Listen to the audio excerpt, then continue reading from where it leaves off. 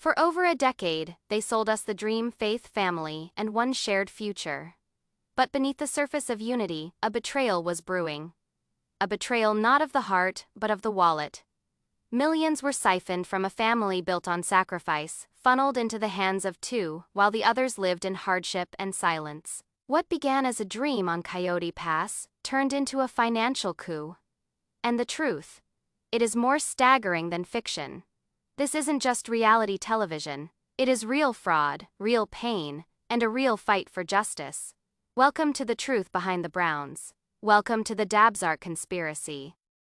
For more than a decade, Browns fans saw them build what seemed like a life of faith, love, and loyalty, a united family sharing all.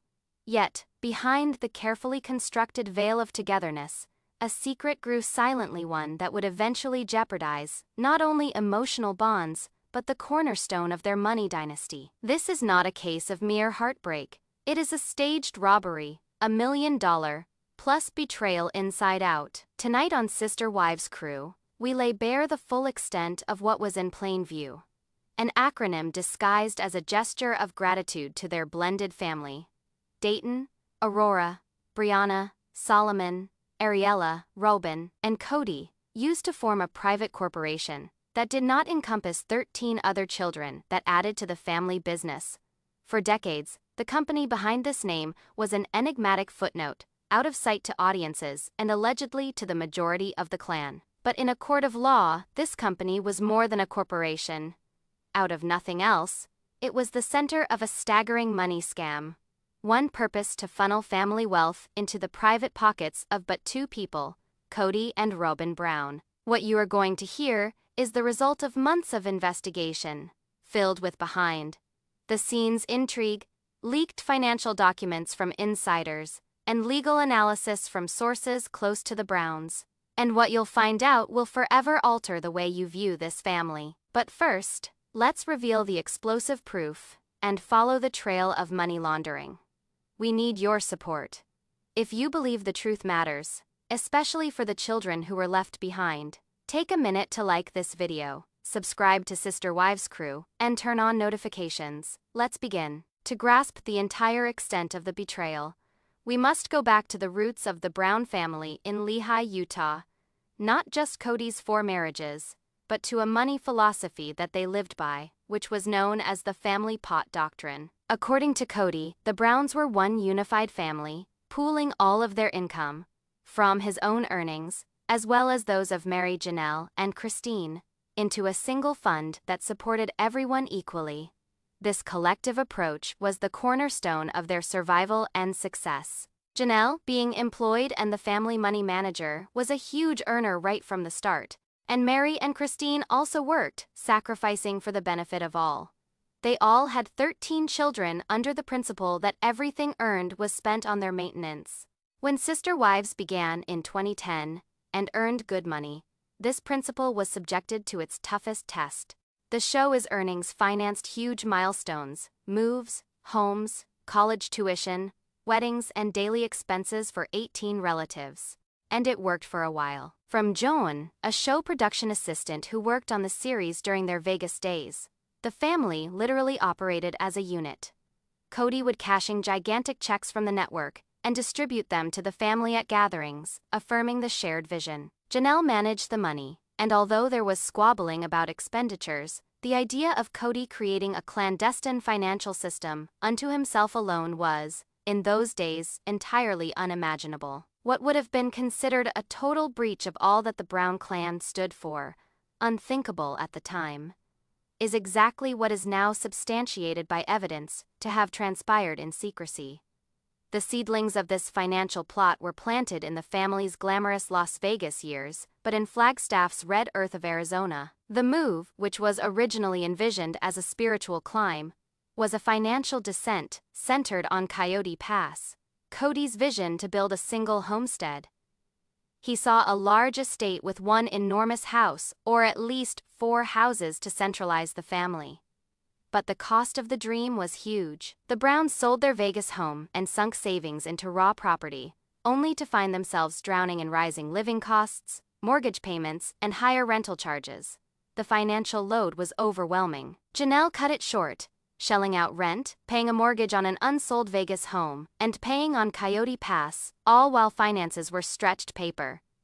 Then the other wives recall this period as one of absolute economic hardship. They were told again and again that the family was penniless, scolded for stretching what little they had, and reassured that building on the property was an impossibility because they didn't have money. They didn't question it. How could they? Everyone was stressed. Janelle lived in an RV to save money. Christine struggled to come up with money for her daughter, Ysabel's urgent back surgery. But behind the scenes, within this same financial crisis, something much different was happening. It was the 13th of August, 2018, just 6 months after the family had finished acquiring Coyote Pass, when Cody and Robyn established clandestinely a new financial entity, not a trust of the family, not a partnership with all 4 wives who were involved in the building of the family empire, but a private limited liability company with 2 members only, Cody and Robyn Brown. The company was christened after their children, Dayton, Aurora, Brianna, Solomon, Ariella, and the 2 of them by Cody and Robyn in a masterful formation of the acronym DABSAR. At first glance, it could have been seen as a sentimental move, but in law, it represented much more. For entertainment attorney Eleanor Vance, an LLC is an armor of protection in the law, separating liabilities of the business from the personal assets. Here, though, it was a veil of the corporation that enabled Cody and Robyn to redirect income into an individual company, keeping the other wives out of it. If the family television contract were changed to deposit money into Dabsark Entertainment instead of Cody Brown and family, then by law, Meri, Janelle, and Christine would not be entitled to that income. It would all be owned by the LLC, and because Cody and Robyn were its only members, the money was theirs alone. A typical shell game for companies, beautiful in design, disastrous in effect, especially when hidden from those it would ruin. By the reconstructed timeline, based on insider accounts, this act was not an accident. The strategy was followed to perfection to an incredible extent. The first was opening Dabsark in August of 2018. The second, and presumably most important, was the modification of the terms of payment with the network. Sources indicate that email exchanges between Cody Brown and the network's legal department late in 2018 show Cody requesting the network forward all future payments for future seasons and specials to Dabsark, stating the simplification of finances for liability and tax purposes. Cody reportedly justified the change in pay format to the network as part of a bigger financial overhaul intended to maximize tax efficiency and reduce liability. The new payee designation, Dabsark Entertainment, LLC, to the network, this no doubt appeared to be a standard request. Many performers and reality television personalities use LLCs or loan-out corporations for the same thing. And since not all of the wives were independent signatories on the family's initial talent contract, no obligation to notify them existed. Because Cody was the patriarch and lead character in the show, he allegedly had the right to make sole decisions on this issue. In this single meticulously choreographed act, the entire premise of the family pot was ruined. The stream of cash that had sustained the entire family for years quietly funneled into a hidden vault. Only Cody and Robyn could enter. And the other wives had no idea. Nothing, sources say. To them, the family's finances were simply coming apart. They were told to tighten their belts, cut back, and prepare for lean times. Meanwhile, they did not know that the main source of revenue had already been terminated. In a reading almost like a transcript of a pre-trial deposition, Janelle Brown recalls this puzzling and maddening time. "It made no sense," she said. "I kept doing math problems. The show was still on the air, our ratings were fine, and I had a rough idea of our contracts. The cash ought to have been there." But whenever she mentioned cash to Cody, or asked when they could begin building on Coyote Pass, he evaded irked, informing them they were broke and burdened with expenses. He even told her the network had slashed their paychecks. Janelle took him at his word. She slept in an RV so that each dollar would tally for the family's future. But what she would later discover, though, is that the family wasn't broke. And neither was Cody. He had been lying. The allegations are nothing short of staggering. Cody and Robyn weren't merely concealing money. They were actually manipulating fact, staging a false poverty drama that had the other wives rummaging around for scraps. While Janelle lived in a trailer and Christine openly solicited funds to pay for her daughter Ysabel's life or death $50,000 operation, Cody and Robyn were allegedly sitting back and watching millions of dollars pour into their own personal enterprise. Christine would go on to recall that darkest period of her life. She told him that Cody had told her that they didn't have any money, that the family had savings that were off limits because it was all tied up in Coyote Pass. He had instructed her to solicit donations and to sell things online through her LuLaRoe business. She worked around the clock selling whatever she could and pleading with her followers for help. Because, in her head at the time, they were broke. The terrible truth came later. As she suffered and begged, Cody and Robyn were clandestinely being compensated with hundreds of thousands of dollars. "It wasn't about money," Christine told CBS. "He let my daughter suffer. He let me humiliate myself when help was there available. He just made a decision not to." The psychological impact of these witness accounts is mind-boggling. But beneath the sorrow lies the question. How was this illicit income spent?